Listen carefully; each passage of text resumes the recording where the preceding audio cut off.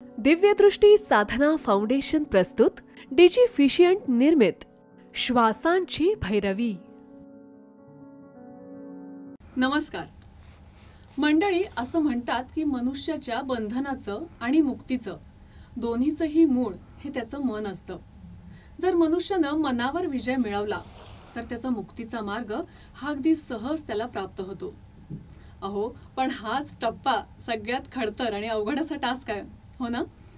कारण मनावर विजय मिळवणं किंवा इंद्रियांवर विजय मिळवणं हे सध्याच्या घडीचं खूप मोठं चॅलेंज आहे. कारण कुणाला करिअरचं टेन्शन आहे, तर कुणाला शिक्षणाचं आहे, तर कुणाला पैशाचं टेन्शन आहे, तर कुणाला फक्त आणि फक्त मनशांतीच हवी आहे. पण ही मनशांती नक्की कशी मिळवायची यावर आपल्या भारतीय योगशास्त्रानुसार 4 मार्ग सांगितलेत: भक्तियोग, कर्मयोग, ज्ञानयोग आणि साधना.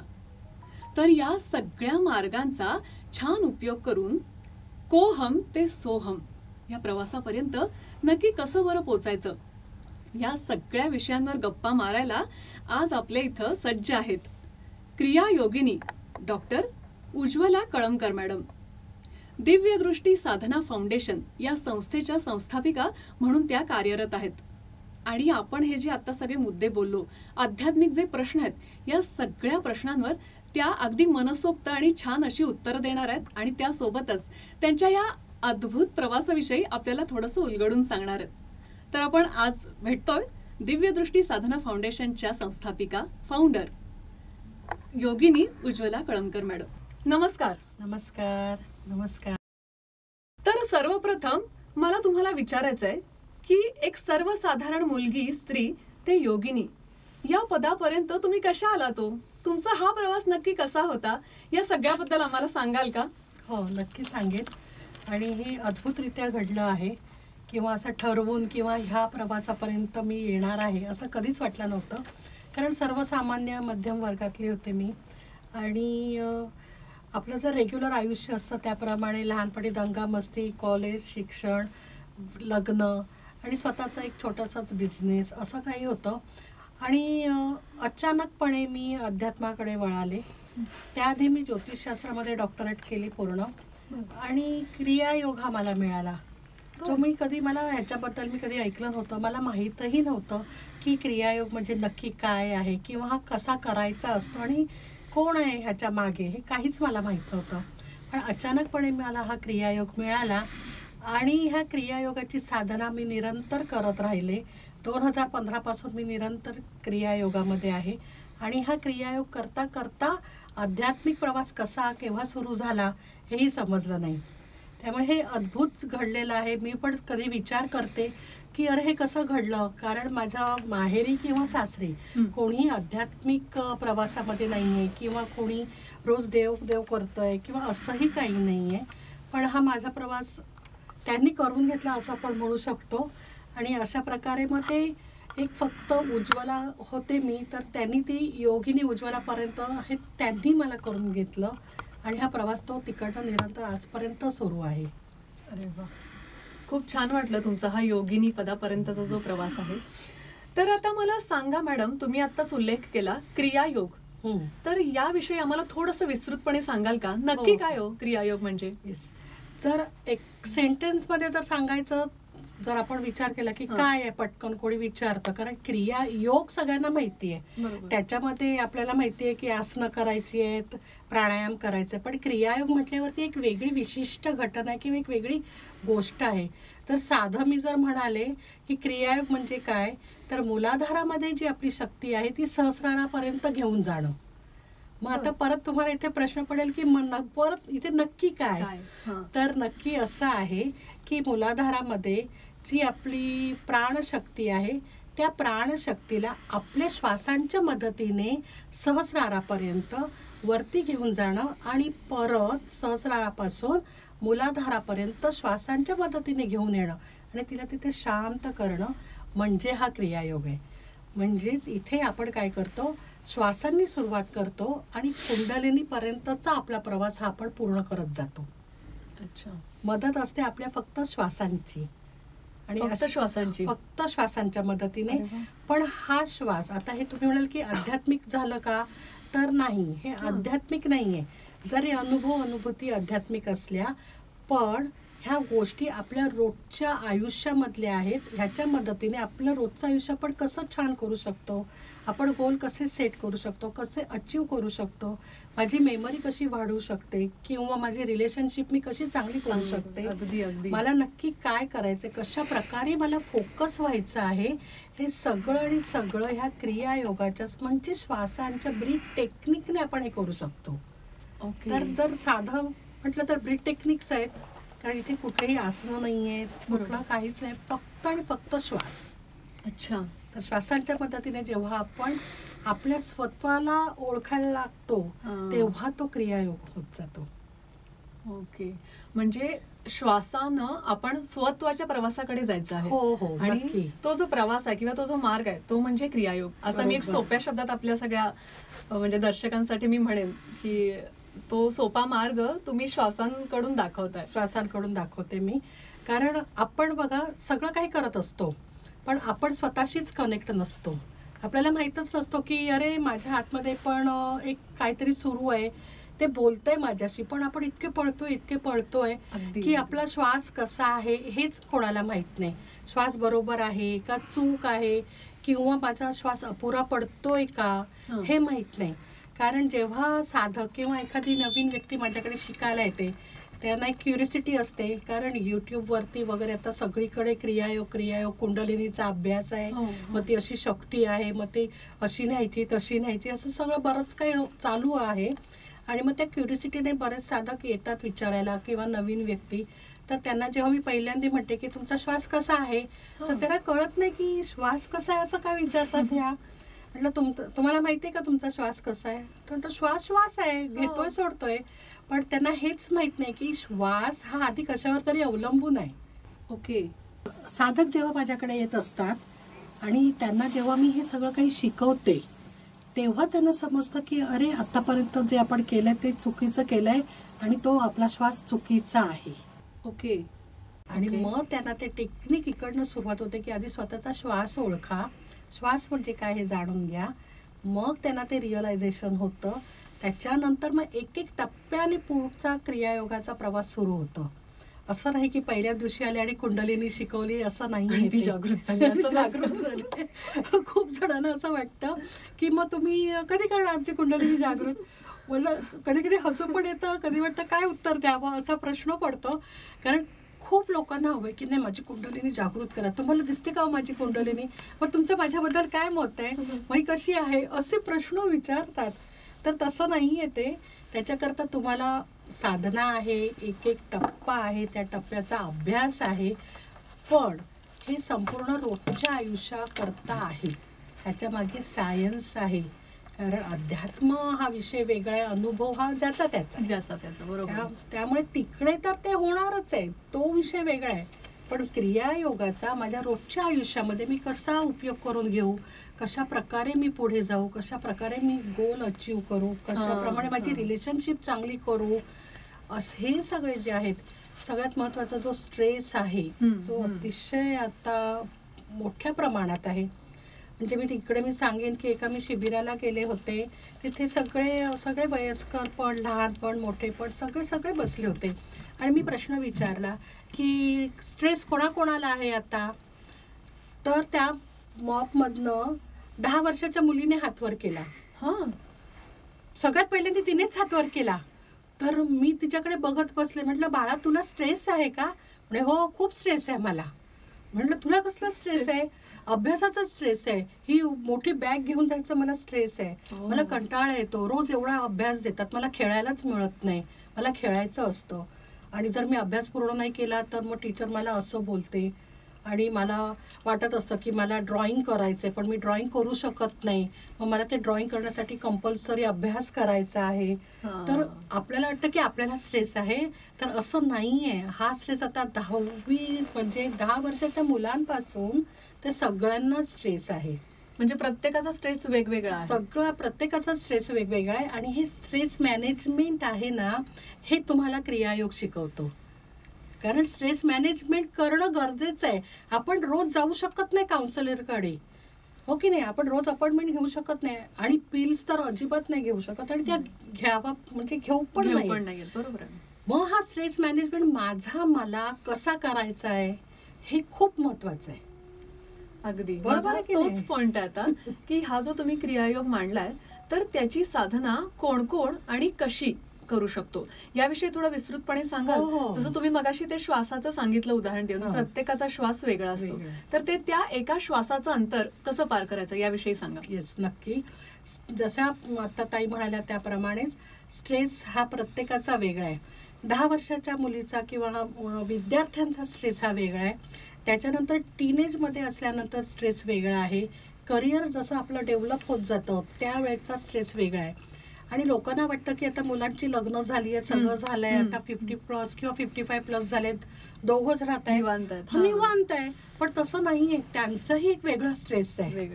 म्हणजे असं नाहीये की आपण म्हणतो की हे वय असेल तर इथपर्यंत स्ट्रेस आहे, ह्याच्या पुढे आता आपल्याला स्ट्रेस नाही. आपण कसं लहान असताना म्हणतो ना की कधी मी मोठी होणार, मग मला मस्त मजा मिळणार, मला आवडणार, कारण आता अभ्यास करावा लागतो. पण जसं जसं आपण मोठं होतं मग कळतं रे नाही तेच छान होतं. विद्यार्थी दशाच छान होती. तर हा स्ट्रेस पण आहे, हा प्रत्येकाचा वयोमानानुसार हा वेगवेगळा आहे आणि त्याच्याकरता श्वासांची मात्रा ही खूप वेगळी आहे. कारण प्रत्येकाची श्वासांची मात्रा, प्रत्येकाची श्वासांची लय ही अतिशय वेगळी आहे. आणि आपल्याला हे जे श्वास जे आहेत ना, जेव्हा आपण आईच्या उदरामध्ये असतो त्याच वेळेला हे श्वास आपल्याला दिलेले असतात आणि प्रत्येकाचे श्वास ठरलेले आहेत, कोणाला किती श्वास दिले आहेत ते. मग क्रियायोग तुम्हाला काय शिकवतो की जे मला श्वास दिले आहेत तर ते मी कशा प्रकारे परफेक्टली घेऊ आणि कसे मी ते स्टोअर करू. कारण जर मी माझे श्वास स्टोअर केले, समजा आता मला सांगितले की योगिनी ताई तुला आहे की नाही, आम्ही फक्त 30 श्वास दिलेत, असं जर मला सांगितलं तर मला काय होणार की अरे माझे फक्त 30 श्वास आहे तर मला हे जपून वापरायचे. आणि मी जर तुला सांगितलं की अगं 30,000 श्वास आहे तर आपण काय करतो, कसे श्वास घेतो, हो की नाही, कारण भरपूर आहे. पण तसं नाहीये ते, कारण आपण हसताना, बोलताना, रागवताना वगैरे आपले एक्सेस श्वास जे आहेत ना ते जातात. क्रियायोग तुम्हाला काय शिकवतो की कसे ते 30,000 श्वास जे आहेत ते मला कशा प्रकारे घ्यायचे जेणेकरून माझे श्वास हे स्टोअर होत जातील. ओके. त्यामुळे नंबर वाईज माझं वय वाढेल, 60 वर्ष, 70 वर्ष, पण ऍक्च्युली माझा आतून जे शरीर आहे किंवा आतले जे माझे मेकॅनिझम आहे त्याचं वय हे कमी कमी आहे, कारण मी श्वास स्टोअर केलेला आहे. ओके. आणि त्यामुळे जे पूर्वी काय आपण म्हणत होतो की पूर्वीचे लोक खूप जगत होते, ऋषीमुनी ते तपस्या करत होते, ते कसे जगतात तर त्यांना माहित होतं हे श्वासांचं गणित. म्हणून मी क्रियायोगा करता मला कोणी विचारतात तर मी हेच सांगते की हे श्वासांचं गणित आहे. कारण कसे तुम्हाला ते वाढवायचे, कसे कमी करायचे, हे जर टेक्निक तुम्हाला कळलं ना तर तुमचं पण वय हे नंबर वाईज वाढेल. 150 वर्ष, 200 वर्ष सहज शक्य आहे. पण ते कसं, त्याचं सिक्रेट काय आहे, ते कसं करायचं आहे आणि कशा प्रकारे मी जगू शकते आणि ते पण healthy life without any medicine, हे जास्त गरजेचं आहे. कारण आता काय आहे, सगळ्यांना डायबिटीस अगदी कॉमन झालेलं आहे. पूर्वी असं म्हणत होते की डायबिटीस म्हणजे श्रीमंतांचा रोग. नाही, भारत म्हणजे त्याच्यात अगदी वरचढ देश आहे. डायबिटीस आहे, स्ट्रेस आहे, बीपी खूप कॉमन झालेला आहे, थायरॉइड देखील खूप कॉमन झालेला आहे. तर हे सगळे जे आहेत ना हेल्थी वाईज आपले आजार, लाईफस्टाईल वगैरे, ह्याच्यामुळे हे सगळं सुरू आहे. तर हे कसं अवॉइड करायचं आणि कशा प्रकारे मेडिसिन, अगदीच तुम्हाला जर इनिशियल स्टेज असेल तर मेडिसिन शिवाय देखील क्रियायोगाने तुम्ही हे करू शकता क्युअर. तर हे सगळं ह्याच्यामध्ये येतं. आणि ही श्वासांची मात्रा जी आहे तर ती आहे 1-2.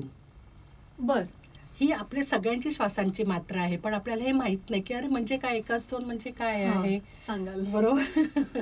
एक श्वास म्हणजे एक ऑक्सिजन जेव्हा मी घेते त्याच वेळेला मी 2ने कार्बन डायऑक्साईड बाहेर टाकते. ओके. 1-2. जोपर्यंत माझा कार्बन डायऑक्साईड जास्तीत जास्त बाहेर पडत नाही तोपर्यंत माझा पुढचा श्वास जो आहे तो पूर्णपणे मी आत घेऊ शकत नाही. ओके. मग तो काय होतो, आपला श्वास इथपर्यंतच येतो किंवा इथपर्यंतच येतो. कालचीच गोष्ट मी सांगेन काल माझ्याकडे एक साधक आले होते. बर. त्यांची 5.5 वर्षाची मुलगी आहे. हा. आणि ते का आले होते की त्यांच्या मुलीला श्वास घेता येत नाही. ती रात्री अशी मान वरती करते, तोंड उघडं ठेवते आणि श्वासोश्वास करत झोपते ती. बर.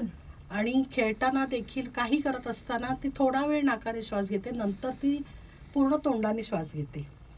बर. तर खूप लहान आहे ते हो, लेकरू, 5.5 एकदम 5.5 वर्ष. म्हणजे ऍक्टिव्ह आहे, स्मार्ट आहे, अभ्यासात हुशार आहे, सगळं आहे, पण हा प्रॉब्लेम आहे तिचा.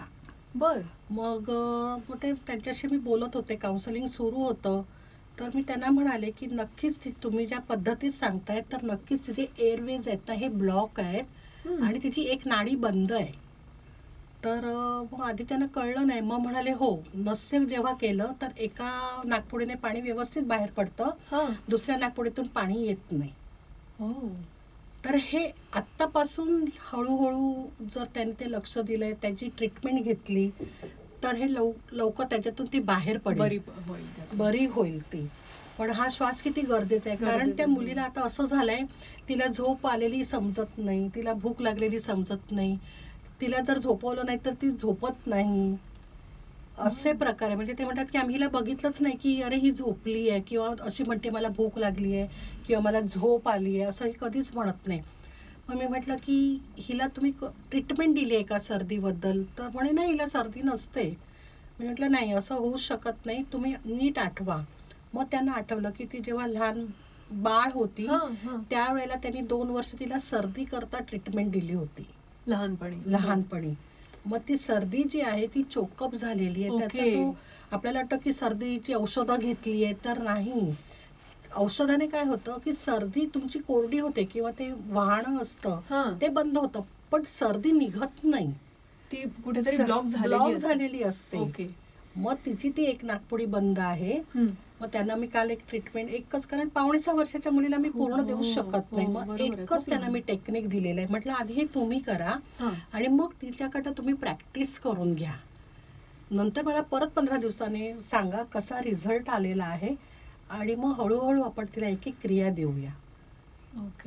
कारण काय होतं की तिची झोप अपूर्ण होते ना रात्रभर. मी म्हटलं ती घोरते का? म्हणे हो घोरते, कारण तोंड उघडं आहे ना रात्रभर. आणि अशा वेळेला काय होतं, इथे सूज यायला लागते कंठाला. बरोबर. तर ह्या अशा गोष्टी आहेत. म्हणून श्वास प्रश्वास, त्याची मात्रा, ते कशा प्रकारे घ्यायचं, ह्याचं सिक्रेट हे क्रियायोग आहे. अरे वा, खूप छान पद्धतीने तुम्ही मांडलं. पण मला एका महत्वाच्या मुद्द्याकडे यायचंय. तुम्ही हे जे सगळं सांगितलं, ही गुरु शिष्य परंपरा आहे का? हो. आणि म्हणजे तुमचे गुरु कोण, किंवा त्याविषयी आम्हाला थोडंसं सांगाल की तुम्ही कुणाकडून क्रियायोग प्राप्त केला किंवा तुम्हाला कुणाकडून दीक्षा मिळाली आणि ते कसं घडलं? तर क्रियायोग हा गुरु शिष्य परंपरेनुसारच आहे, प्रश्नच नाही. की कारण श्वासाचा अभ्यास आहे, श्वासाचं गणित आहे. बरोबर. कारण तुमचा श्वास कसा चालतो हे जेव्हा तुम्ही समोर बसता तेव्हाच मला कळतं, की ऑनलाईन नाही मी शिकू शकत. कारण एक श्वास जरी मिस झाला तरी त्याचे बरेच चुकीचे परिणाम होतात शरीरावरती, गणित बदलतात संपूर्णपणे. तर माझे गुरु जे आहेत ते आहेत चौरंगीनाथ महाराज. आणि ज्या वेळेला मी क्रियायोग शिकले आणि साधना करत होते, तर त्यांची कृपादृष्टी म्हणा, मी तर फक्त करत होते, मला काही गंधही नव्हता, फक्त शिकले आहे तर आपण करत राहायचं एवढंच माहित होतं. पण जो क्रियायोग जो आहे महाअवतार बाबाजी यांचा, तर ते सूक्ष्म देहाने भेटायला आले आणि त्यांनी मला योगिनी म्हणून पहिल्यांदा हाक मारली. अरे वा. तर मी घरामध्ये एकटीच होते, मी साधना करत होते, तर म्हटलं योगिनी इथे कोण, मग हा कशी काय ऐकू येते? म्हटलं असेल बाजूला कोणतरी, शेजारच्या घरातनं वगैरे कोणतरी बोलत असेल. तर मग परत हाक ऐकू आली आणि मग त्यांनी सांगितलं की ते स्वतः आहेत म्हणून. बर. आणि मग त्याच्यानंतर मग त्यांनी काही क्रिया ज्या माझ्यासाठी किंवा साधकांसाठी या सूक्ष्म देहाने येऊन पहाटे, त्यांची ती वेळ होती बरोबर 3:27 त्या वेळेला पहाटे यायचे, त्यावेळेला ते मला शिकवायचे. मला कळायचंच नाही, मी डोळे बंद करून ते सांगायचे, मी करत जायचे आणि परत ते करून झोपून जायचे मी. मग सकाळी उठल्यावर कळायचं की नाही रात्री काहीतरी झालंय, पहाटे आपण उठलो होतो. आणि मग मी ते लिहून काढायचे असेच, किंवा काही काही गोष्टी त्यांनी शिकवल्या मी डोळे बंद करून लिहून ठेवलेल्या आहेत. पण ती नंतर ती मला सवय लागली की कधी येतात आपण इथे वही पेन घेऊन झोपूया. खरंच हे अद्भुत आहे हो सगळं. बंद डोळ्यांनी म्हणजे कविता अशाच झाल्या आहेत की ते झोपले मी मध्येच त्या अशा येतात, मग अशीच उठते, घेते आणि त्या कविता लिहिते. मग सकाळी उठून बघते की रात्री मी काय खरडलंय, मग त्याचं ते बघते, अच्छा असं असं झालेलं आहे. अशा बऱ्याच गोष्टी आहेत. आणि भौतिकातले म्हणायचं तर चौरंगीनाथ महाराज आहेत, ते माझे गुरु आहेत. आणि त्यांच्यामुळे आणि महाअवतार बाबाजी ह्यांच्यामुळे आज इथपर्यंतचा माझा प्रवास आहे. इवन भौतिकातले गुरु मला भेटणार आहेत आणि ते पुढचा प्रवास करून घेणार आहेत हे पण मला बाबाजींनी सांगितलं होतं. महिना सांगितला होता आणि वर्ष पण सांगितलं होतं. तर हे सगळं अद्भुत आहे. बरोबर. खरंच मी मगाशी जो शब्द वापरला की तुमच्या अद्भुत प्रवासाविषयी, म्हणजे तो खरंच अद्भुत आहे. आणि म्हणजे याविषयी तुम्ही असं वाटतं की म्हणजे बोलतच राहावं तुमच्याच या सगळ्या अनुभवांविषयी.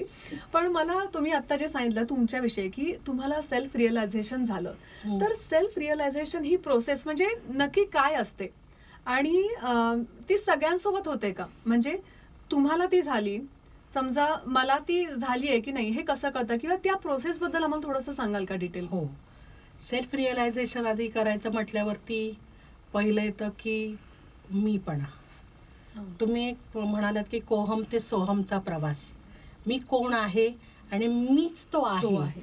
पण हा जो प्रकार आहे ना, तो मीच तो आहे, त्याच्यातला अहंकार वेगळा आणि मीच ना तो माझाच मिन्नात मोठा, हा मी वेगळा. बरोबर. आणि हे ओळखणं, हे सेल्फ रिअलायझेशन होण्याकरता आपल्याला क्रियायोगाच्या साधना मार्गावर राहावं लागतं. बर. कारण काय होतं, आता समजा मी म्हणाले की कोण आहे मी, मला स्वतःबद्दल जाणून घ्यायचं आहे, तर असं नाही होऊ शकत ना की मी अशी बसले आहे, कोण आहे मी होऊ शकतं. त्याकरता तेवढं समर्पण पाहिजे. असं नाही की तुम्हाला युनिव्हर्स आन्सर देत नाही, देतं, युनिव्हर्स आन्सर देतं.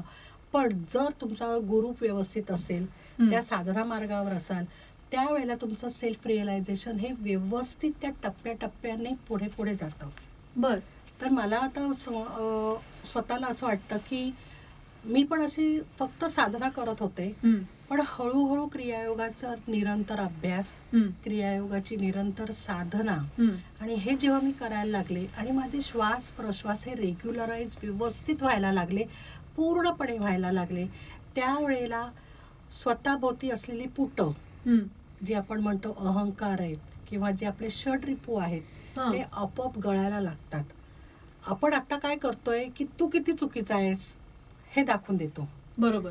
पण स्वतःकडे समोरच्याकडे आपण, कारण कधी कधी उत्तर देणं गरजेचंच नसतं किंवा काही बोलणं गरजेचंच नसतं, रिॲक्ट होणं गरजेचंच नसतं. पण आपल्याकडे झालंय काय, आत्ता फास्ट फास्ट फास्ट सगळं 2 मिनिट्स मॅगी झाली आहे, पटापट उत्तर द्या, पटापट बोला आणि विषय संपवा. पण काय होतं की विषय हा वेगळा असतो आणि आपण आधीच बोलून टाकतो. पेशन्स नाहीये, लिसनिंग पॉवर नाहीये. आणि जेव्हा आपण क्रियायोग करायला लागतो तर आतून आपल्याला आपोआप कळतं की नाही, इथे तू थांबा, बोलू नकोस. कारण काही काही प्रश्नांची उत्तरं किंवा घटनांची उत्तरं ही काळ आणि वेळ देत असते.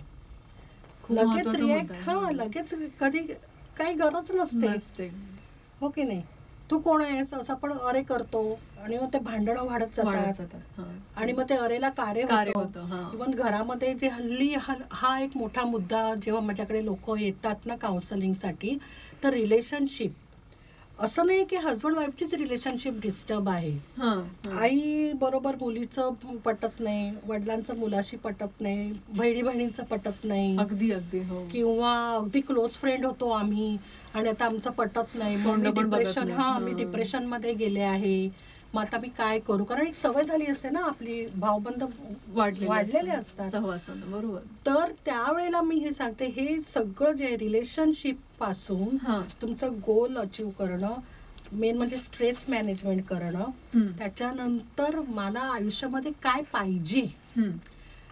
इथे पण मी तुम्हाला उदाहरण देईन. आत्ता मी पुण्याला आले ना, तर ते एक उदाहरण आहे. त्या पॅरेंटिंग मध्ये आहेत, ओके, आणि त्या योग शिकलेल्या आहेत. आणि बऱ्याच त्या पण असं बरंच काही करत असतात योग मध्ये. तर त्यांचं आणि माझं डिस्कशन सुरू होतं. मग त्या म्हणाल्या की तुम्हाला एक खरं सांगू का. तर म्हटलं हा सांगा. म्हणजे माहित आहे तुम्हाला बघून मला हे सांगावं असं वाटतंय, तर म्हटलं बोला, हा. माझ्याकडनं काय मदत होत असेल तर करेन मी. म्हणे मला माहीतच नाही मला नक्की काय हवंय.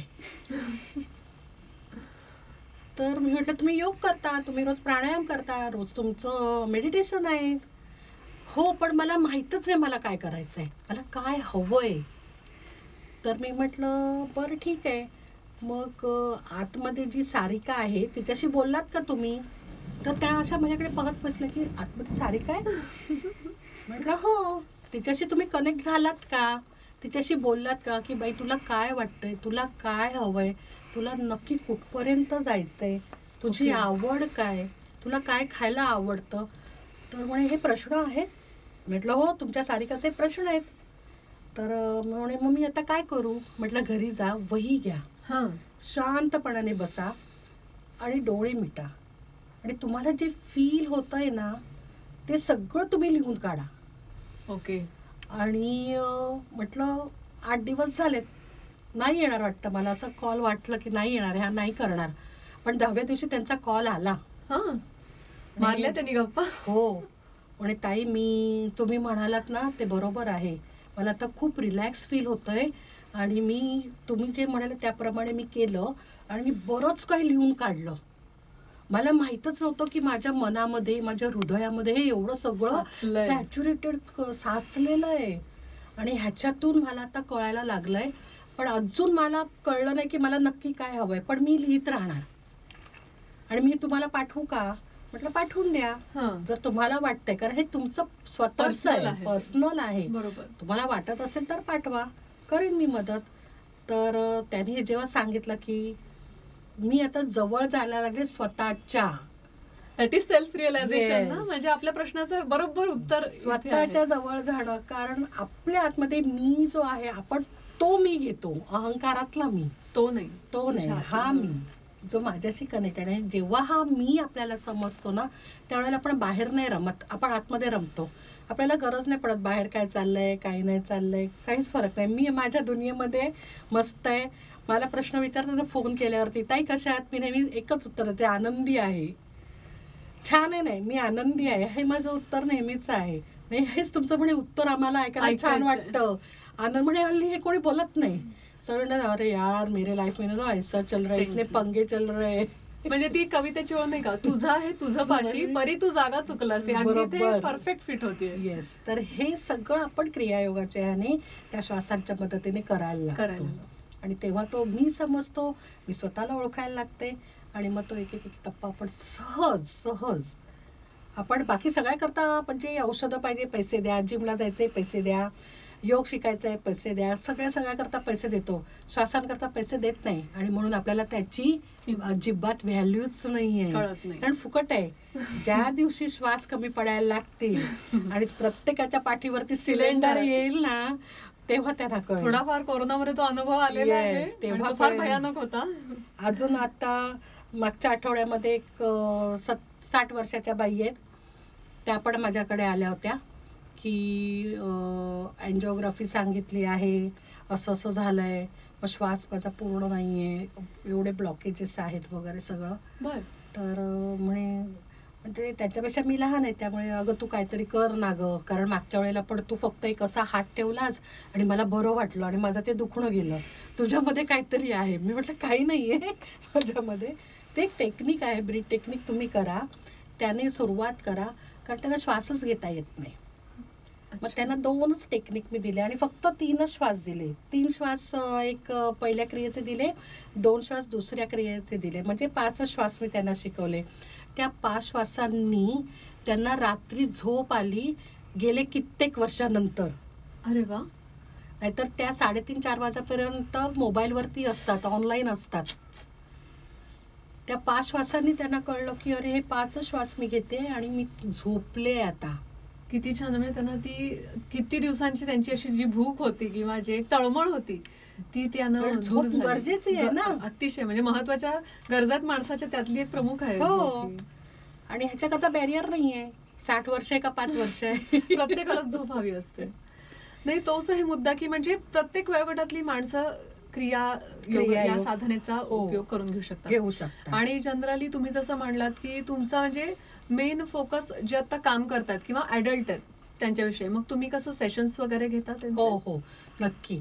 आता जर तुम्ही मला विचारलं की मी नक्की आत्ता मला काय कुठलं म्हणजे क्रिया, तर मी सरसकट सगळ्यांना शिकवते. बरोबर. पण माझा स्वतःचा जर प्रश्न आहे, योगिनी तुला नक्की काय करायचं आहे, तर माझा हा प्रश्न ही जी येणारी पिढी आहे ती आणि हे जे आहेत ना 25 पासून ते 45 पर्यंतचे, हे माझं मेन टार्गेट आहे की ह्यांना मला हे शिकवायचं आहे.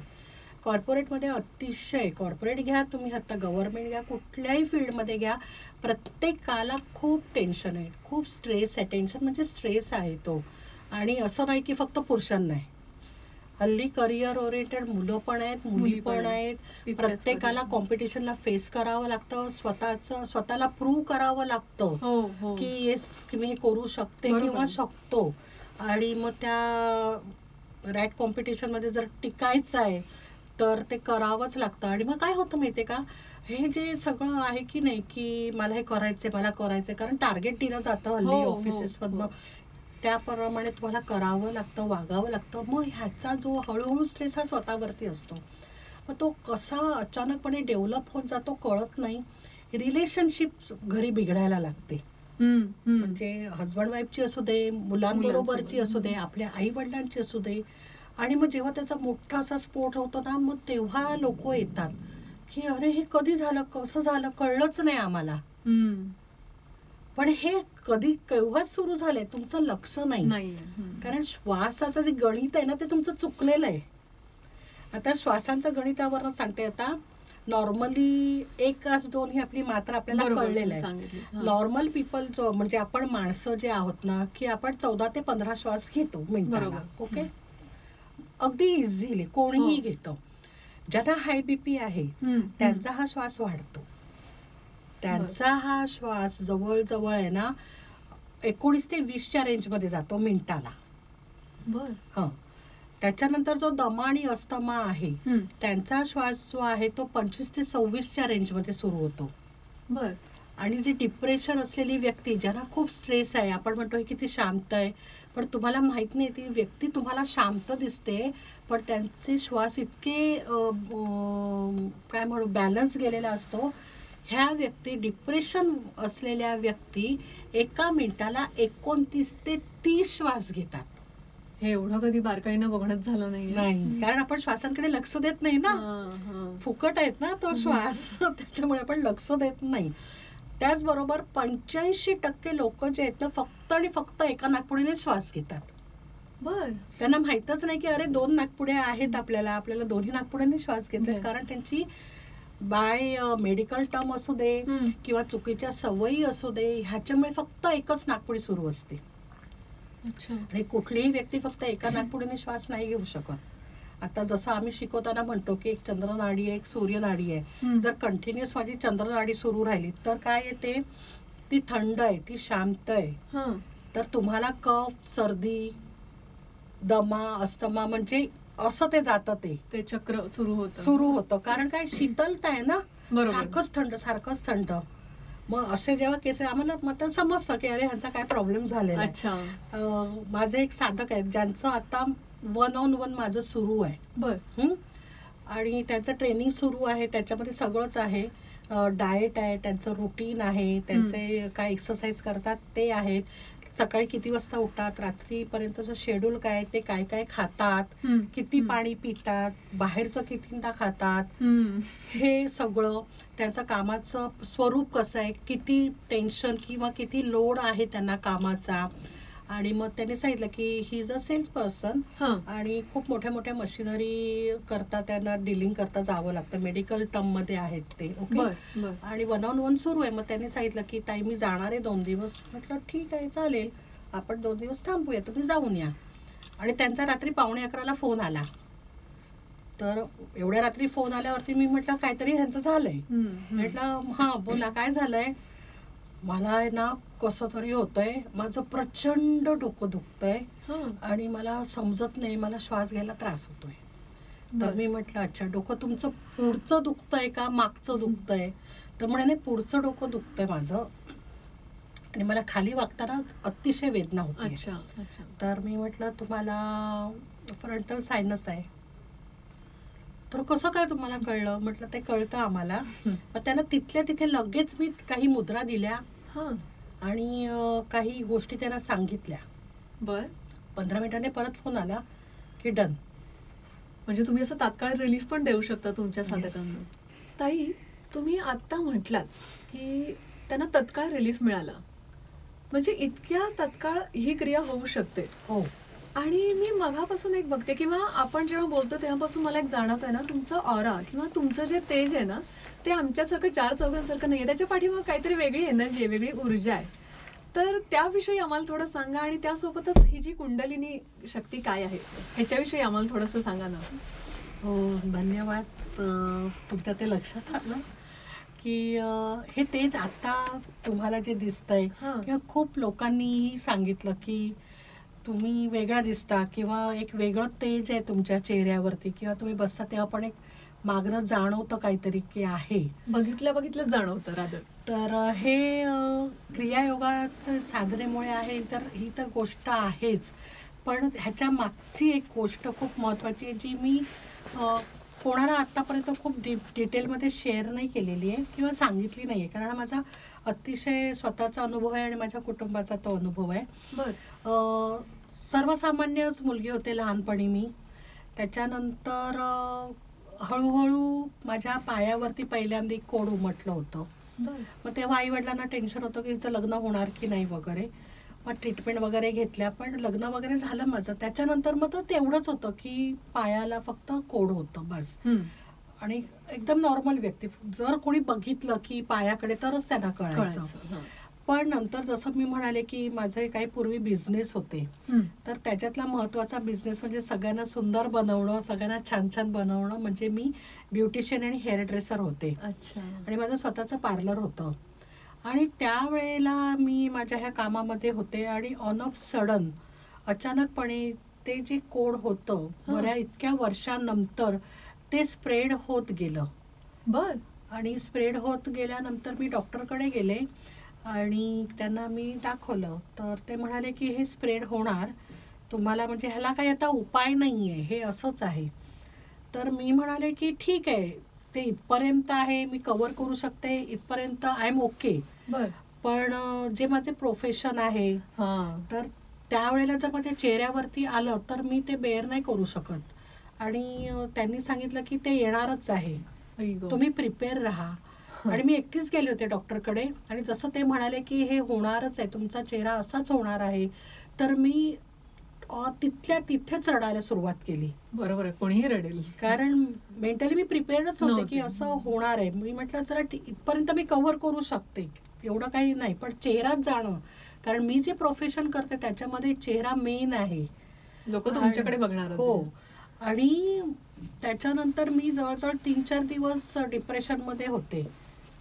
पण म्हटलं नाही, आपण डिप्रेशन नाही घ्यायचं, कारण इथेच जर मला कळेल की मी जर काम चांगलं करत आहे, मी जर खरंच ब्युटिशियन आहे, मी ज्या ट्रीटमेंट देते त्या खरंच योग्य आहेत, हे जर परफेक्ट असेल ना, तर तेच क्लायंट मी कशी दिसते ह्यापेक्षा माझं काम कसं आहे ह्याच्यावरती माझ्याकडे परत येतील. आणि डॉक्टरांनी सांगितलं त्याप्रमाणेच झालं. ते नंतर चेहऱ्यावरही उमटलं. पण इथे माझा स्वतःचा कस होता, माझी स्वतःची माझ्याबरोबर परीक्षा होती की काय करते मी, माझा किती सक्सेस आहे. सगळ्या क्लायंट्सने सांगितलं तुम्ही कशा दिसता, तुम्हाला काय झालं आहे, ह्याने आम्हाला फरक नाही पडत, कारण तुम्ही ज्याप्रमाणे आम्हाला सुंदर करता, तुम्ही जी आम्हाला ट्रीटमेंट देता, तुम्ही जे आमचं फेशियल करता, तर ह्याने जे आम्ही सुंदर होतो ते महत्त्वाचं आहे. बरोबर. आणि त्यावेळेला मग परत तो एक आत्मविश्वास माझा निर्माण झाला की नाही, मी करू शकते, माझ्या लुक्सने मला काही त्रास नाही होत. पण आपला समाज जो आहे तो अतिशय, म्हणजे खूप मला वाईट अनुभव आला आहे या बाबतीत. समाज, आजूबाजूचे सगळेच, की कोड जेव्हा होतं तर आपल्याकडे अतिशय खूप वाईट ट्रीटमेंट दिली जाते ह्या गोष्टीला आणि खूप वेगळ्या रीतीने पाहिलं जातं आणि खुसफुस सुरू असते, ही बघ कशी दिसते, ही अशी आहे, आणि असं वाळीत टाकल्यासारखं. आणि मग मी त्याच्यानंतर आयसोलेट करून घेतलं स्वतःला. ऑब्वियस, साहजिक आहे ते, की नाही मी नाही जाणार कुठे, कारण ते ऐकणं खूप हे आहे.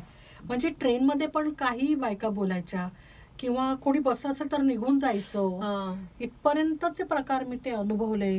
आणि लहान मुलं बघून रडायची, कारण ते विद्रुपता ते दिसते. बरोबर. आणि ॲक्सेप्ट करणं आणि रोज फेस करणं ह्याच्यामध्ये खूप तुम्हाला मेंटल अंतर आहे. आणि मेंटल एनर्जी, स्वतःला तेवढं पॉझिटिव्ह ठेवणं हे खूप टास्क होता तो माझ्यासाठी. अगदी अगदी. आणि मग जेव्हा मी ते आयसोलेट केलं स्वतःला आणि फक्त ज्योतिषशास्त्र आणि हा क्रियायोग, आणि ज्योतिषशास्त्र पण नंतर ते बाजूला पडलं आणि फक्त क्रियायोग करणं. आणि एकच प्रश्न बाबाजींना मी विचारायची की वाय मी, असं मी काय केलं की हे मला असं झालंय, कारण लोक माझ्याकडे बघतायत, मला त्रास होतोय. आणि तर ब्युटिशियन आहे आणि नैसर्गिक प्रत्येक स्त्रीची ती श्रीमंत असू दे गरीब असू दे, स्त्रीला सुंदर दिसणं हे खूप महत्वाचं असतं, कोणी असू दे ते. त्यामुळे मी बघत नव्हते स्वतःला आरशामध्ये, फक्त साधना करत राहणं, त्यांच्याशी बोलत राहणं बाबाजींशी, एवढंच सुरू होतं. पण ती जी साधना सुरू होती, काय मिरॅकल घडलं, काय नक्की झालं माहीत नाही. सकाळी उठले, आरशात बघितलं तर मी माझा लुक जो आता तुम्ही बघताय हा लुक नव्हता, वेगळा लुक होता माझा. त्यांनी रंग बदलला, कोड जाऊन तिथे ही गुलाबी छटा आली, माझे लुक्स बदलले, इवन माझा नाकाचा शेप बदलला, डोळ्यांचा जो रंग आहे तो बदलला, माझी चेहऱ्याची ठेवण बदलली. इथपर्यंत ते मिरॅकल घडलं.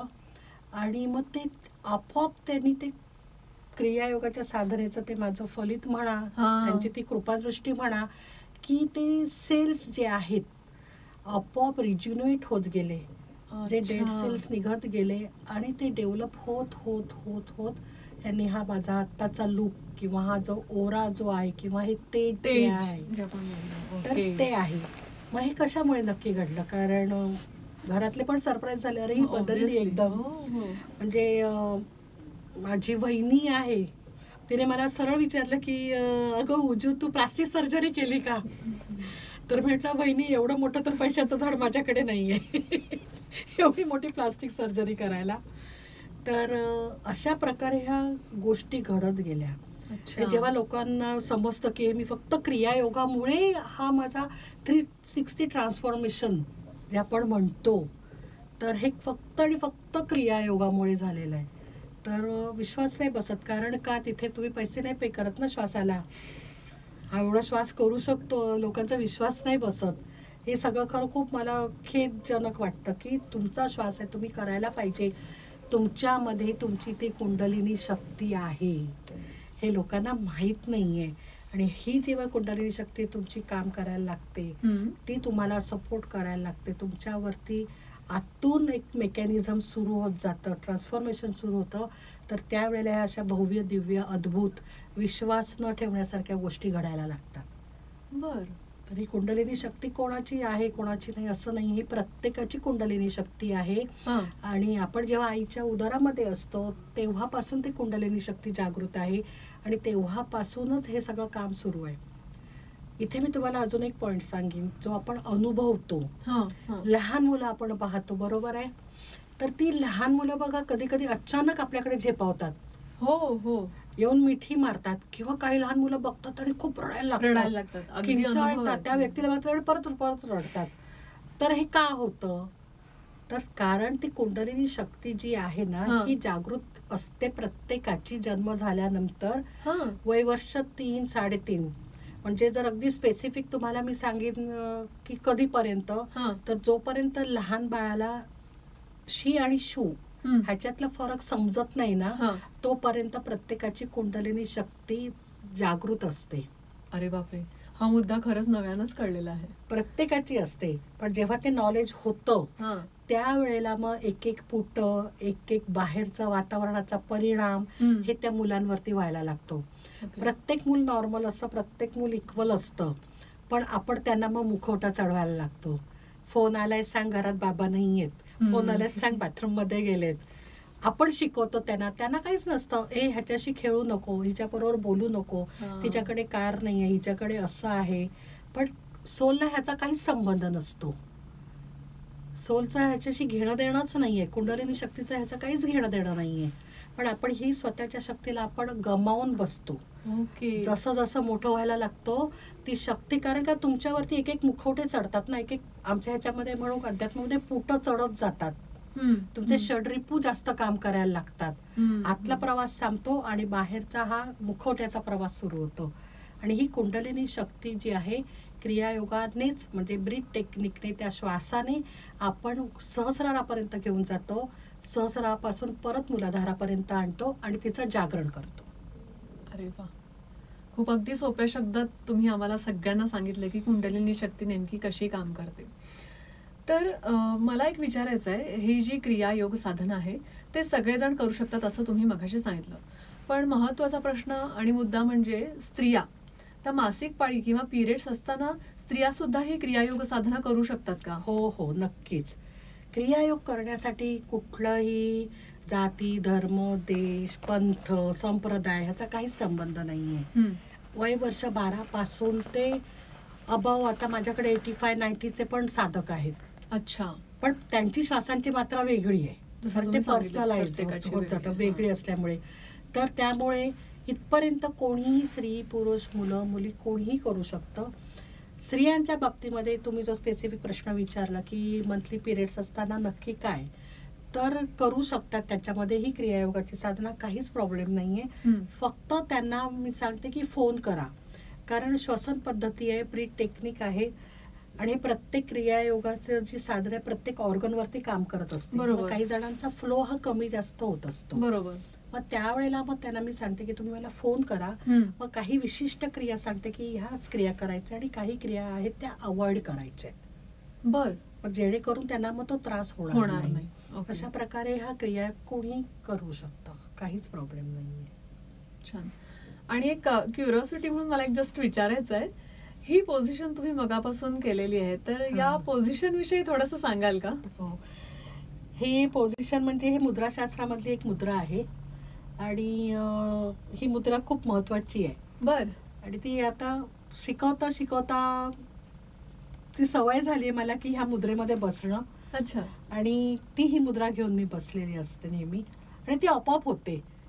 पूर्वी जोपर्यंत खूप महत्व असं माहित नव्हतं, पण जेव्हा ते महत्व कळलं आणि शिकवायला लागले तर कळलं की अरे हा ही मुद्रा काय आहे. तर ही एक विशिष्ट प्रकारची मुद्रा आहे आणि ही मुद्रा घेऊन मी बसली. म्हणजे ती प्रत्येक व्यक्तीच्या एनर्जीशी रिलेटेड आहे? हो, एनर्जीशी रिलेटेड आहे आणि अशा बऱ्याच मुद्रा आहेत. अच्छा, त्याचं शिक्षण. आणि म्हणजे तेच माझा नेमका प्रश्न तुम्ही उचललेला आहे की दिव्य दृष्टी साधना ही संस्था या सगळ्या आध्यात्मिक प्रवासात नेमकी कसं कार्य करते आणि आपल्या संस्थेच्या कामाविषयी, तुमच्या जो संस्थेचा एक ऑरा म्हणू आपण, त्याविषयी आम्हाला थोडंसं विस्तृतपणे सांगा ना. हो, दिव्य दृष्टी साधना फाउंडेशन जी आहे, क्रियायोग तर शिकवते, तुम्ही मगाचपासून बघितलं क्रियायोग हे तर आमचं मेन आहेच, पण त्याचबरोबर आम्ही मुद्राशास्त्र शिकवतो. अच्छा. हे का शिकवतो? आत्ताच्या घडीला जी मुलं आहेत किंवा जी आता घडणार आहेत मुलं, त्यांच्यासाठी मी स्पेसिफिकली हे मुद्राशास्त्र मी शिकवते. बर. कारण का मुलांचं काय होतं की अभ्यास केला आहे, सगळं काही माहित आहे, पण वर्गामध्ये जातात आणि ब्लँक होऊन जातात किंवा एक भीती वाटते की किंवा असं वाटतं की कॉन्फिडन्स निघून जातो त्यांचा की नाही मी करू शकत नाही, मला येतच नाही, मला भीतीच वाटतेय आणि मला इतके अगोदरच ॲज्युम करतात की मला इतकेच मार्क मिळणार आहेत. खरं त्यांची कॅपॅसिटी असते, टॅलेंट असतं, पण तरी ते होत असतं. तर त्यांच्याकरता म्हणून हा मुद्राशास्त्राविषयी मी अतिशय घेते आणि त्याचबरोबर ब्रीथ टेक्निक्स म्हणजे क्रियायोगातले ठराविक ब्रीथ टेक्निक्स आहेत ते मी ते घेते. आणि त्याच्यामुळे त्यांच्या अभ्यासामध्ये खूप फरक पडला, ड्रास्टिकली चेंज आलेला आहे. आणि त्याचं उदाहरणही मी देईन की एक मुलगा होता, तो वडिलांबरोबर क्रियायोग शिकायला आला होता आणि तेव्हा तो 7वी मध्ये होता. बर.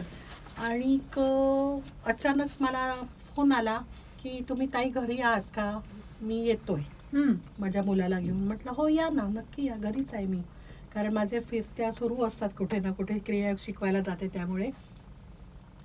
मग त्यांनी सांगितलं की आम्ही दोघे तुमच्याकडे क्रियायोग शिकलो, पण माझ्या कामामुळे मी काही कंटिन्यू नाही राहिलो, पण माझा हा मुलगा कंटिन्यूस 7वीत असल्यापासून आजपर्यंत रोज क्रियायोग करतोय, एकदाही त्याने मिस आउट नाही केलं. आणि 40 ते 45 हीच रेंज आहे माझ्या मुलाची लहानपणापासून. आणि तो सतार वाजवतो. तर त्याने स्वतःच अज्युम केलं होतं की मी काय अभ्यासामध्ये हुशार नाही, तर आपण काय अभ्यास करायचा नाहीये, जेमतेम 10वी 12वी होऊ आणि सतारमध्येच आपण काय ते करिअर करायचं. पण 7वी नंतर तो 10वी मध्ये गेला, तर तिकडे त्याचे थोडे मार्क आम्हाला वाढलेले दिसले. आणि तेव्हा करोनाचा काळ होता, तर आम्ही विचार केला की काय ओपन पेपर आहे, घरीच बसा घरीच लिहा म्हणून असं असेल. पण नंतर ओपन वगैरे सगळं झालं, कॉलेजेस सुरू झाले आणि आता त्याचा 12वीचा रिझल्ट लागला. तर त्यांनी जेव्हा तो ऑनलाईन रिझल्ट बघितला तर त्याला 91%. अरे बापरे, म्हणजे 45 ते 91. किती छान. तर म्हणजे आम्ही 5 वेळा रिझल्ट चेक केला की खरंच आपलाच मुलगा आहे ना, खरंच त्याचंच नाव आहे ना, तोच नंबर आहे ना. तर म्हणजे आम्हाला अतिशय आनंद झाला की कुठे 45% आणि कुठे 91. आणि खूप आनंद झाला. आम्ही 3-4 दिवस आनंदात होतो, सेलिब्रेशन होतं. पण नंतर म्हणे मी विचार करायला लागलो की हे असं कसं झालं, एवढा मोठा चेंज आहे ना हा. म्हणून नंतर मला कळलं की अरे आपला हा जो आहे हा रेग्युलर क्रियायोग करतोय. आणि तो क्रियायोग करत असल्यामुळे ब्रेनवरती इफेक्ट, ते सेल्स बदलले, न्यूरॉन्स डेव्हलप झाले, त्याची ग्रास्पिंग पॉवर वाढली. आणि त्यांनी सांगितलं त्याने 12वीचा अभ्यास जो आहे शेवटच्या 20 ते 22 दिवसामध्ये केला. अच्छा. असं पण नाही की वर्षभर तो करतोय. फक्त 20 ते 22 दिवस त्याने अभ्यास केला आणि त्याला 91% मिळाले. खूप छान अनुभव. तर हा एक क्रियायोग आहे. हे क्रियायोगातल्या हे काही ब्रेक टेक्निक्स आणि हे मुद्राशास्त्र, हे जेव्हा मी कंबाईन देते 8वी ते 12वीच्या विद्यार्थ्यांना, तर त्यांना तो फरक पडतो, जाणवतो की त्यांचं मेमरी तर वाढलीच आहे, त्याजवळ ग्रास्पिंग फास्ट झालेला आहे. अभ्यास करो न करो एकदा जे शिकवले ते लक्षात राहतंय. अच्छा. हे आहे. त्याचबरोबर आम्ही काय काय शिकवतो की जे मेन आता तो कळीचा मुद्दा झालाय, स्ट्रेस मॅनेजमेंट किंवा स्ट्रेस कसा हँडल करायचा. तर त्याकरता कॉर्पोरेटसाठी जसं मगाशीच मी म्हणाले त्याप्रमाणे कॉर्पोरेटमध्ये जाऊन मी ह्याचं ट्रेनिंग देते की कशा प्रकारे तुम्हाला स्ट्रेस हँडल करायचा आहे श्वासांच्या मदतीने. क्रियायोगातल्या सगळ्याच क्रियायोगातल्या टेक्निक्स नाही शिकवत, ज्या महत्त्वाच्या आहेत ते मी कॉर्पोरेटसाठी शिकवते.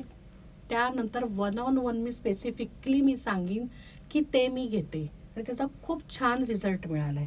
शिबिरामध्ये शिकवतेच, पण 1-on-1 जेव्हा होतं त्यावेळेला त्या व्यक्तीचं सकाळपासून ते रात्री झोपेपर्यंतचं रुटीन, त्याचं डाएट, त्याचं एक्सरसाइज काय तो करत असेल तर ते, त्याचबरोबर त्याची काही मेडिकल हिस्ट्री असेल तर ती मेडिकल हिस्ट्री, आणि त्यानंतर त्याला आत्ता कुठला नक्की प्रॉब्लेम आहे, कारण स्ट्रेस कॉमन आहे, डायबिटीस, BP, थायरॉइड, मायग्रेन अतिशय कॉमन रोजच झालेली आहे ती acidity, any time anywhere available.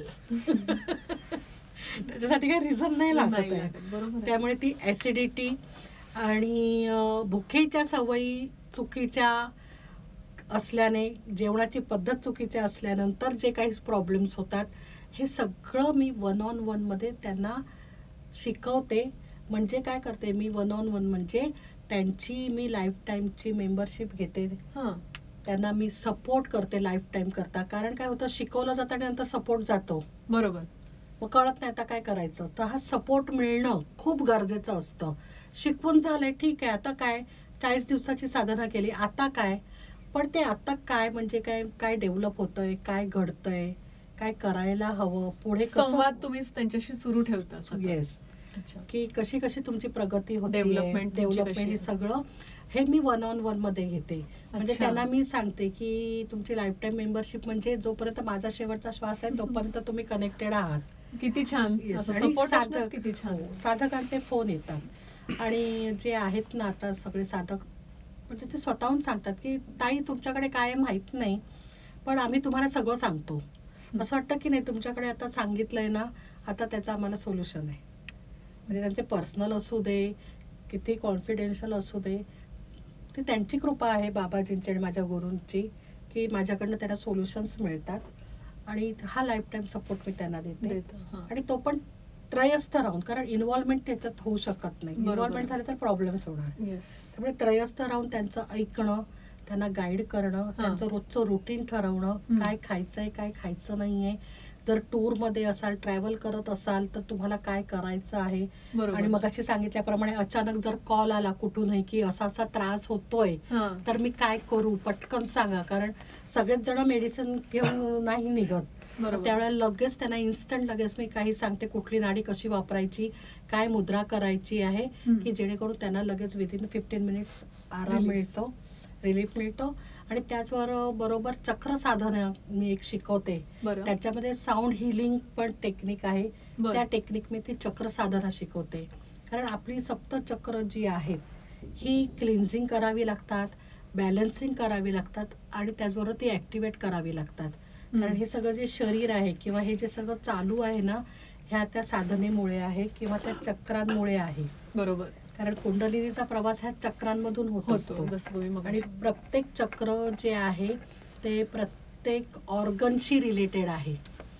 असं नाही की ते चक्र नाहीये वगैरे, हा दिसत नाहीत आपल्याला. आपण जर MRI काढला, CT स्कॅन केला तर चक्र दिसत नाही, पण ती आहेत, ह्याचे अनुभव आहेत. कारण हा अनुभवाचा विषय आहे. बरोबर. आणि जेव्हा ती तुमची सप्तचक्र क्लिन्झिंग होऊन बॅलन्सिंग होतात आणि ऍक्टिव्ह होतात, त्यावेळेला मग तो कुंडलिनीचा प्रवास हा सुरू होतो आणि त्याची जाणीव लोकांना होते. ओके. ह्याच बरोबर आम्ही क्रियायोगाचा प्रचार प्रसार तर आहेच, बरोबर, आणि ज्ञानेश्वरीचा पण देखील प्रचार प्रसार आहे, की जो आम्ही शिकवतो लोकांना ज्ञानेश्वरी. हो का? म्हणजे आम्ही शिकवण्यापेक्षा ते शिकून आम्हाला आमच्याकडनं करवून घेतात. तुम्ही माध्यम असता. आम्ही माध्यम असतो. तुमच्याकडून ती माहिती त्यांना दिली जाते किंवा त्याचं एक त्यातलं ज्ञान तुम्ही लोकांना देता. बरोबर. मेनली कॉर्पोरेट मधले आणि आताची येणारी जनरेशन, नवीन पिढी ह्याच्या करता. कारण हे ज्ञान पुढे पुढे गेलं पाहिजे. बरोबर. त्याच्याशिवाय ते होणार नाही. आपल्याला एवढा आध्यात्मिक वारसा लाभलेला आहे आणि ते तुम्ही पुढच्या पिढीपर्यंत नेण्याचं, त्याच्या प्रसाराचं अतिशय महत्वाचं असं काम करताय. तर हे जे सगळं होत असताना तुमच्या समोर समजा कोणी एखादा साधक आला, तर त्या साधकाविषयी किंवा त्याच्या भूतकाळाविषयी किंवा त्याच्यावर समजा एखाद्यावर असेल सद्गुरूंची कृपा, तर त्याविषयी तुम्हाला कळतं का हो? त्याचं तुम्हाला एक जाणीव होते का? जाणीव होते.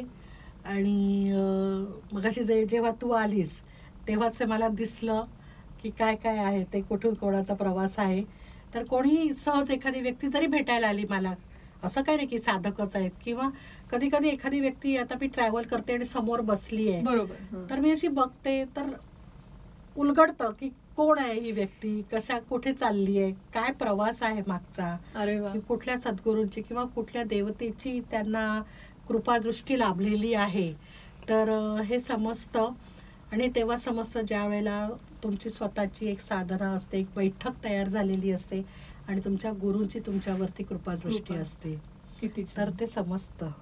खूप छान. हा सगळा विषयच इतका इंटरेस्टिंग आहे. आणि तुम्ही आता बोलता बोलता एक वाक्य उच्चारलं, त्याच्याविषयी माझा पुढचा प्रश्न आहे की तरुण पिढी किंवा आत्ताची जी काम करणारी पिढी आहे, तर त्यांच्या प्रत्येकाच्या ना वेळा वेगवेगळ्या आहेत. आणि जसं आपले पूर्वज म्हणायचे की आहार, विहार आणि व्यायाम ही त्रिसूत्री त्यांनी प्रत्येकाला सांगितली होती की तुमचं जगणं समृद्ध करायचं असेल, योग्य मार्गावर आणायचं असेल तर ही त्रिसूत्री फॉलो करा.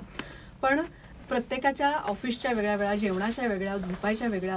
त्यानंतर महत्वाची गोष्ट म्हणजे आजकाल ते फूड जेव्हा ऑनलाईन ऑर्डर करतो ते प्लास्टिकमधनं कधीही गरम थंड, म्हणजे आता सीझन चाललाय हिवाळा, तर त्याला उन्हाळ्याचं खाणं, उन्हाळ्याच्या वेळी हिवाळ्याचं, पावसाळ्याचं खाणं, असं कोणी कुठलंही म्हणजे थंड गरम ह्याचा कोणी विचार न करता कुठल्याही वेळी कधीही कोणतंही खाणं घेतायत लोक. आणि ही परिस्थिती आहे.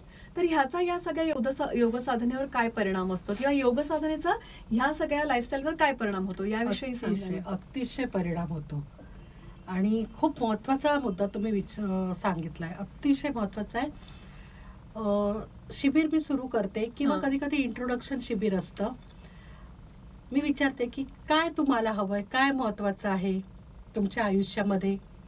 तर पहिल्यांदा येतं बँक बॅलन्स मस्त पाहिजे, एक सेकंड होम पाहिजे, फॉरेन ट्रिप पाहिजे, त्याच्यानंतर हवं तसं कधीही सगळी अवेलेबिलिटी पाहिजे, काही मिळवता आलं पाहिजे, एवढा पैसा हवाय मला, आणि बाकी सगळं ठीक आहे, ओके. मग हेल्थकडेच,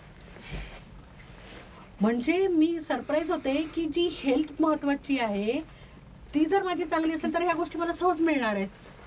पण लोक काय करतात, त्या हेल्थकडे किंवा आपल्या स्वतःकडे लक्षच देत नाहीत आणि कसंही खातात, कसंही खातात म्हणजे म्हणण्यापेक्षा सगळं फ्रोझन फूड खातात. आणि खाऊ नये असं मी म्हणत नाही. आत्ताचं जे युग चालू आहे त्यावेळेला ते होणार, कारण ते कलियुग आहे हे आम्हालाही समजतं. पण होतं काय की ते कितपर्यंत खावं, कुठं त्याची लिमिट, त्याचं लिमिट नाहीये. मध्येच उठणार पिझ्झा खाणार, मध्येच उठणार बर्गर खाणार, मध्येच उठणार फ्रेंच फ्राईज खाणार, मध्येच उठणार आज कंटाळा आलाय. म्हणजे कधी कधी असंही होतं की घरी जेवण तयार आहे, तरीही बाहेरची खाण्याची चटक असते. चटक की असं केलंय, नको जाऊ दे मी आज बाहेरचं म्हणजे ते केलेलं जेवण जे आहे ते फेकून द्यायचं, डस्टबिन त्यांना दाखवायचं आणि नको ते जेवण घेऊन यायचं, ऑर्डर करायचं आणि ते खायचं. ह्याचा 100 काय 1000% परिणाम हा आपल्या आयुष्यावरती होत असतो. ओके. कारण बघा मी तुम्हाला सांगते, आपण जेवतो म्हणजे काय करतो, पोट भरण, उदरभरण हे जाणीजे कर्म, बरोबर आहे. तर जर माझं जेवण पण इथेच आहे, माझा श्वास जो मला परमेश्वराने दिलेला आहे तो पण नाभीपासूनच आहे. बरोबर आहे. बरोबर आहे. दोघांचं ठिकाण एकच आहे.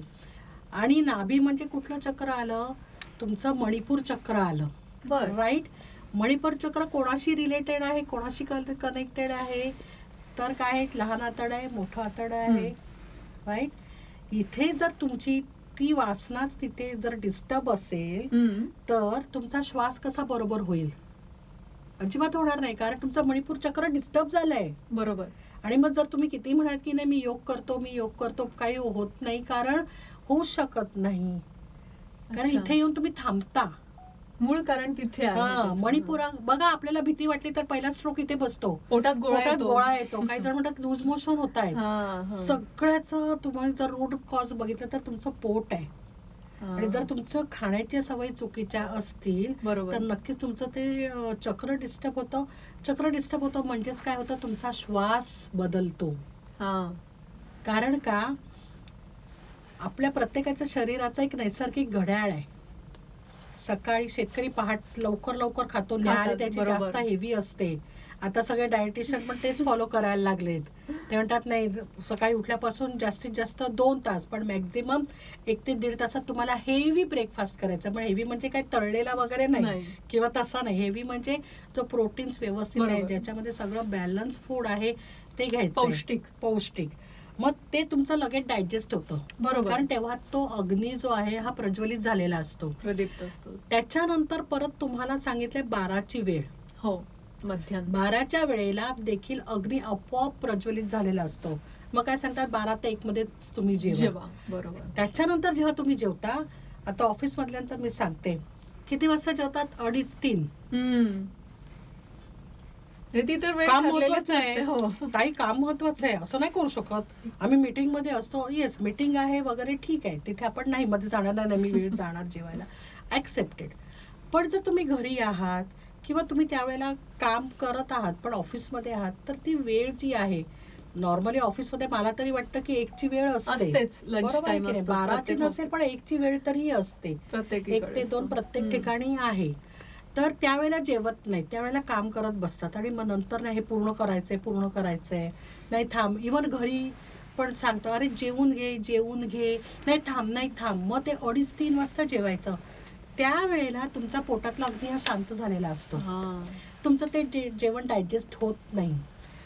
तेच जेवण तुमचं तसंच पोटामध्ये पडलेलं आहे. बघा, हे कन्सेप्ट समजून घ्या. ते जेवण तसंच पोटात पडलंय. मग संध्याकाळी ऑफिस सुटलं, चल आता घरी जाता शेवपुरी, पाणीपुरी, पिझ्झा, बर्गर खाल्लंय, ते पण तिथेच त्या पेटाऱ्यामध्ये तसंच पडलंय. त्याच्यानंतर रात्रीचं जेवण, आता घरी आलंय मग भात तर पाहिजे. मग ते फूड जेवण सगळं आपण ते खातो. दुपारपासूनचं रात्रीपर्यंतचं जेवण तुमच्या त्या पोटाच्या पेटाऱ्यात तसंच पडलेलं आहे. ते डायजेस्ट नाही झालंय, कारण तुम्ही काय केलंय, उशिरा जेवलंय, पोट तसंच डिस्टर्ब झालेलं आहे, त्यामुळे झोप लागत नाही. मग रात्री परत आहेच मोबाईल, बरोबर. मग युट्यूब आहे, मग युट्यूब झाल्यावरती इंस्टा झाल्यावरती फेसबुक आहे, परत व्हॉट्सअप आहे, याच्यामध्ये 3 तास गेले, कळलंच नाही. अरे मी झोपायला 10 वाजता गेलो, पण 12 ते किंवा 1 कधी वाजला कळलंच नाही. त्यामुळे हे सर्कल तुमचं सगळं बिघडतं आणि आपोआप मग काय होत जातं, ते जे जेवण आहे ते चरबीमध्ये, मेदामध्ये जातं. कारण प्रज्वलितच नाही झालाय ना तुमचा अग्नी. थंड झाल्यावरती तुम्ही खाल्लात तर काय करणार, आपण होमाला आहुती देतो तसंच हे आपलं पोट हे आपलं होम आहे, त्याला त्यावेळेला आहुती देणं गरजेचं आहे. वेळा पाळणं खूप गरजेचं आहे. आणि मग हे जे तुम्ही इन्स्टंट फूड किंवा फास्ट फूड किंवा बाहेरचं जेवण जेवता, जेवू नये असं नाही, कधीतरी जेवलं वगैरे ठीक आहे, पण रोज तेच जर तुमची ती सवय असेल, ती हॅबिट झाली असेल, तर नक्कीच तुम्हाला त्रास हे होणार.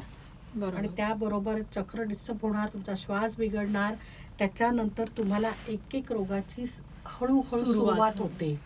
कुठलाही रोग असा इन्स्टंट नाही होत.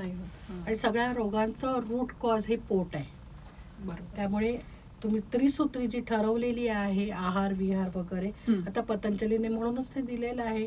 आपण कुठली तुम्ही घेरंड संहिता घ्या, पतंजली योग घ्या, हठयोग घ्या, कुठलेही तुम्ही योग घ्या, त्याच्यामध्ये यम नियम सगळ्यांना फॉलो करणं म्हणजे काळ्या दगडाची ती रेष आहे. यम नियम आसन प्रत्याहार हे सगळं तुम्हाला पाळायलाच पाहिजे. ध्यान धारणा समाधी वगैरे हे ते पुढचं आहे, ते स्टेप नंतर, पण हे स्वतःचे नियम आहेत स्वतःचे. बरोबर. खूप छान सांगितलं तुम्ही. हा आमच्यासारख्या या पिढीला खूप महत्वाचा भासणारा जो म्हणजे एक प्रश्न होता, त्याची तुम्ही अगदी छान उकल करून दिलेली आहेत. तर आता मला सांगा, दिव्यदृष्टी साधना फाउंडेशन या संस्थेची संस्थापिका म्हणून आपले भविष्यातले नक्की काय काय उपक्रम आहेत त्याविषयी आम्हाला सांगाल का? भविष्यातले उपक्रम क्रियायोग तो निरंतरच राहणार, त्या बाबतीत प्रश्न नाहीये. त्याचबरोबर आम्ही शिवमंदिर आम्हाला आमचं आहे त्या उपक्रमामध्ये. त्याच्यानंतर साधकांसाठी काही साधक जे आहेत ते म्हणतात की तुमच्या इथपर्यंत आम्ही पोचू शकत नाही, तर आम्हाला तुमच्याकडे येऊन शिकायचं आहे, तर त्यांच्याकरता राहण्याची सोय म्हणून फाउंडेशनचं चालू आहे की एखाद्या ठिकाणी फाउंडेशन उभं करायचंय, तिथे साधकांना राहण्याची सोय करायची, रेसिडेन्शियल शिबिरं घ्यायची आहेत आम्हाला. त्याचबरोबर जे सप्तचक्रांकरता म्हणून चक्र साधना आहे ती शिकवायची आहे. नंतर गोशाळा जी आहे ती आम्हाला बांधायची आहे, कारण हल्ली ते खूप महत्वाचं झालेलं आहे. गोसेवेची एक म्हणजे गोसेवा करणं पण खूप चांगलं काम आहे, ते गोसेवा वगैरे करायचे. आणि हे सगळं करण्यासाठी मुख्य म्हणजे दिव्यदृष्टी साधना फाउंडेशन हे रजिस्टर्ड आहे. इट इज जस्ट नॉट एक साधी छोटीशी संस्था असं नाहीये. सेंट्रल गव्हर्नमेंटच्या पोर्टलवरती रजिस्टर आहे आमचं फाउंडेशन, आणि त्यामुळे आम्ही डोनेशन्स ही स्वीकारतो. अच्छा. हो, या कार्यासाठी आम्ही डोनेशन्स घेतो, जेणेकरून आम्हालाही एक मदत होते. बरोबर. कारण समाजाचं आपण देणं आहोत, तर समाजाला ते द्यायचं आहे. त्या दृष्टिकोनातून आम्ही एक पाऊलं आता टाकायला सुरुवात केली आहे की जागा बघणं, तिथे गोसेवेसाठी गोशाळा बांधणं, शिवमंदिर बांधणं, किंवा ज्ञानेश्वरीचा प्रचार प्रसार आहे तर त्याकरता गुरुकुल पद्धतीने शिक्षण देणं. आणि एक अजून कन्सेप्ट आम्ही ठरवलाय, पण तो कुठे कसा सुरू होईल माहित नाही, कारण ही नीड झालेली आहे. काय झालं आहे की आईवडील मुलांना खूप शिकवतायत आणि मुलं फॉरेन कंट्रीमध्ये जॉब करत आहेत आणि आईवडील दोघं बिचारे इथेच आहेत. भरपूर पैसा आहे, पैशाचा प्रश्न नाहीये, पण तो एकटेपणा आहे. तो एकटेपणा घालवण्यासाठी त्यांच्याकडे आता कोणी नाहीये. मग त्याच्याकरता असे जे आहेत वयोवृद्ध, तर त्यांच्याकरता एक रेसिडेन्शियल हे करायचं आहे की जेणेकरून तिथे तुम्ही राहा. म्हणजे कोणी गरीब श्रीमंताचा प्रश्न नाही, पण तो एकटेपणा घालवण्यासाठी 70 नंतर किंवा 65 नंतरचे जे लोक आहेत त्यांच्याकरता म्हणून एक सुरू करायचंय.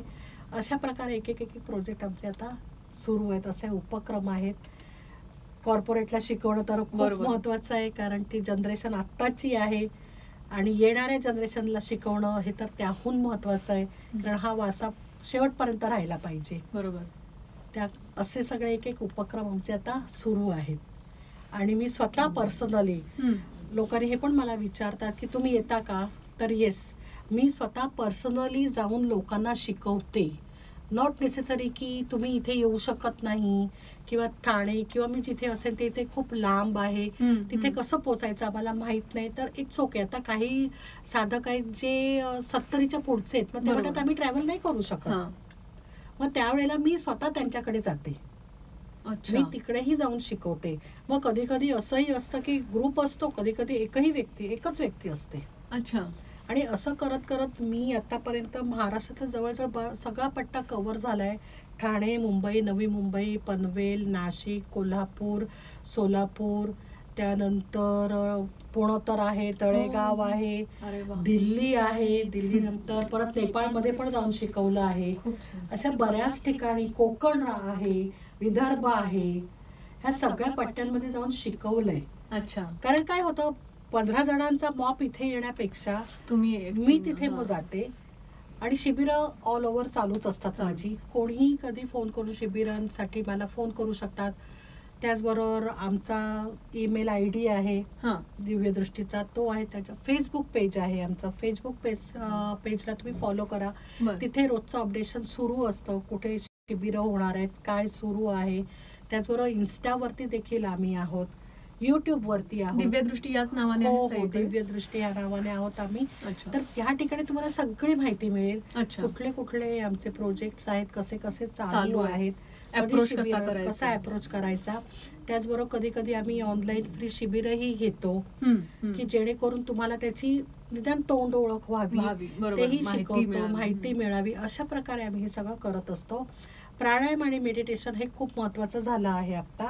कारण लोक म्हणतात की पटकन त्यांना क्रियायोग नाही समजत. मग मी स्वतः पण त्यांना सजेस्ट करते, एकदमच अननोन असतील ना, मी त्यांना सांगते की आधी तुम्ही प्राणायाम मेडिटेशन करा, तो बेस तयार करून घ्या, मग तुम्ही क्रियायोगाला टप्प्याटप्प्याने. मग प्राणायाम मेडिटेशनचे वर्ग मी ऑनलाईन घेते, ते खूप सोयीस्कर पडतं हल्ली सगळ्यांना. त्याचबरोबर साऊंड हिलिंगही मी करून घेते. अच्छा. ती पण ट्रीटमेंट पण देते, म्हणजे त्यांचं क्लिन्झिंग करण्याची ती ट्रीटमेंट पण देते आणि ते शिकवतेही. आणि एक अनाउन्समेंट अशी करायची, आता आम्ही सिलेबस तयार झालाय ऑलमोस्ट आमचा. आता आम्ही हे सगळं शिकवण्यासाठी टीचर्स ट्रेनिंग कोर्स जो आहे तो आम्ही आता घेऊन येत आहोत. अरे वा. कारण एकटी योगिनी सगळीकडे नाही पोहोचू शकत. माझा तोच आता मुद्दा होता की तुम्ही एकटीने हे सगळं कसं करता. एकटी योगिनी नाही करू शकत. मग काही आम्ही तयार केलेत सिलेबस की जेणेकरून तुम्ही गुरुसमय, आणि हे पण गुरुसमवेत राहू नये, गुरु शिष्य परंपरा, गुरु शिष्य परंपरा, तरच ते होणार आहे. तर टीचर्स ट्रेनिंग कोर्स मी आता आम्ही संस्थेने केलेला आहे डेव्हलप, आणि तो आता आम्ही थोड्याच दिवसात म्हणजे चैत्राच्या मुहूर्तावरती तो आम्ही लॉन्च करणार आहोत. वा, खूप छान. अतिशय ऐकून छान वाटलं सगळं. तुमची ही माहिती, संस्थेचं काम, तुमचं काम, या सगळ्या प्रवासाविषयी जाणून ना, आणि तुम्ही ज्या मधुरवाणीत आम्हाला हे सगळं सांगताय, आणि तुमचं जे खरंच तुम्हाला तुमच्या गुरुनी जे नाव दिलंय योगिनी, हे अगदी म्हणजे पटतंय. आता मला एक तुमचा सगळा प्रवास ऐकताना की खरंच खूप छान नाव दिलं आणि तुम्हाला ते सूट होतंय आजकालच्या काळात सांगायचं म्हणजे खऱ्या अर्थानं तुम्ही योगिनी आहात. हा सगळा तुमचा प्रवास ऐकून खूप छान वाटलं. आणि तुमच्या या पुढचं जे तुम्ही जो उपक्रम सांगितला, त्या सगळ्या उपक्रमासाठी आमच्या सर्वांकडून शुभेच्छा. तुम्हाला भेटून अतिशय आनंद झाला. आणि भारताचं जे विश्वगुरु बनण्याचं जे स्वप्न आहे, जो पहिल्यांदा होता, ते लवकरच तुमच्या सगळ्यांच्या सारख्यांच्या सहाय्यानं पूर्ण होवो, हीच माझी इच्छा. नक्की करून घेणारे गुरु आहेत. फक्त इथे अजून एक गोष्ट मला मेन्शन करायची आहे, की लोकांचा एक दृष्टिकोन आहे युट्यूब वरती वगैरे बघून की क्रियायोग जो आहे हा आध्यात्मिकच आहे. तर असं नाहीये. क्रियायोग जो आहे हा सायंटिफिक आहे आणि ह्याचा उपयोग आपल्या रोजच्या आयुष्याकरता होतो. तर सगळ्यांनी नक्की क्रियायोग शिकून घ्या, श्वासांचा टेक्निक हे शिकून घ्या. आणि नेहमीप्रमाणेच मी सांगेन, सगळ्यांकरता खूप खूप शुभेच्छा. सगळ्यांनी आनंदी राहा, तुमच्या सगळ्यांच्या मनोकामना पूर्ण होऊ देत, आणि मुख्य म्हणजे खूप चांगलं असं निरोगी आयुष्य जगा. खरंच धन्यवाद. धन्यवाद.